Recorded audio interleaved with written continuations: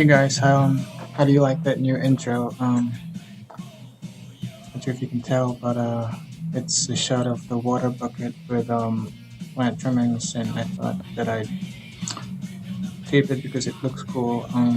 So I think it's a keeper. I think if I could shorten it, maybe I can keep that as my intro for my channel. So anyway, as the title said, I got some new fish. You can see right here. I got three of these guys. These are Bleeding Heart Tetras. I got them at a store I've never been to. Store that's ha- that's around a half an hour away from me. Really cool place. They've got like tons of fish, and not just tons of fish, but like really exotic, like one of those rare. They seem to have a really good selection of your common fish and also like rare fish. Lots of like big fish too. So um, I was thinking of getting a like an apisto, but I already have these Bolivian rams, so I thought I'd get these guys. And I've always wanted to get these guys. Petco also sells them, but I've held out every time I go there. But when I went to this other store, I couldn't hold out anymore and got them. It said that they're wild from Peru also, so I'm not sure what that means.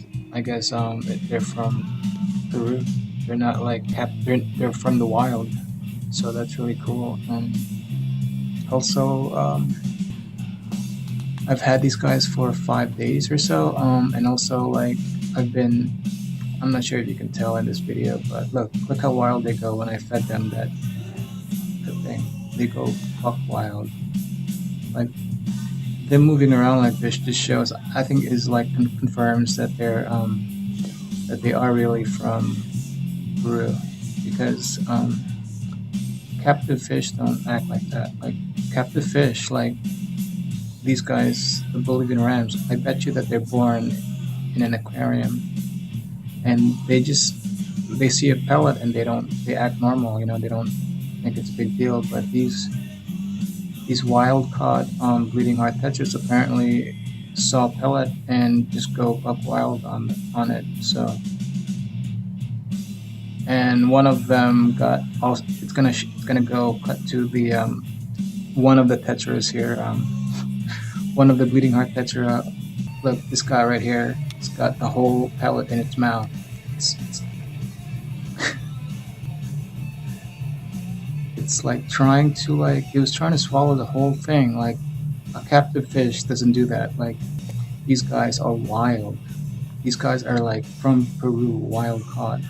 So like a captive fish would never try to swallow a whole pellet, shrimp pellet in its mouth like that. This guy is nuts. It's gonna choke on the food, but it didn't. So that's cool. But this guy, look, he's trying to just like swallow the whole thing. He's like he's like my dog actually. Anyway, this is a wide shot of the thing. They're acclimating really well. These three bleeding heart tetras and get along really well with the other fish. So that's really good. That's really the only change for this tank. And I'm gonna it's gonna cut to this tank now. This tank is also nothing new. It's it's basically a shrimp tank. Lots of red cherry shrimps and orange shrimps in here. And the only fish that are in here are these endler guppies. And there's like 5 cardinal tetras. I used to have 6. Like a week ago, one of the cardinal tetras I found was being cannibalized by the shrimp. So one of the cardinals did die.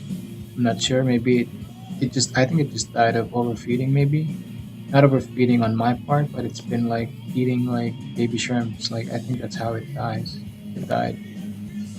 I'm just taking a wild hunch because it looked like the water quality in this tank is good, so it probably just like either was sick of something and died, or it ate too much baby shrimps.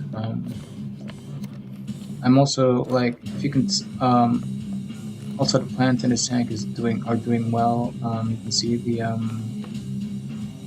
what do you call these things? The Java moths are exploding. It's doing what I wanted to do, which is to grow on these driftwood here. You can see the Java moths crawling on the driftwood. You can see that it's slowly creeping up on the driftwood. The noise and the baby tears, dwarf baby tears are growing, parting, doing its thing. This tank, I only dose like API CO2 booster on it. I'm not even dosing any ferts on this tank because I'm trying just. I haven't dosed any ferts on this tank for like a month. The same thing with the other tank, because of the algae issue. Just trying to see if I can get rid of the algae. There is no surprisingly, even though this tank is right by the window, it doesn't get a lot of algae, like glass algae, but there are like some algae in this tank.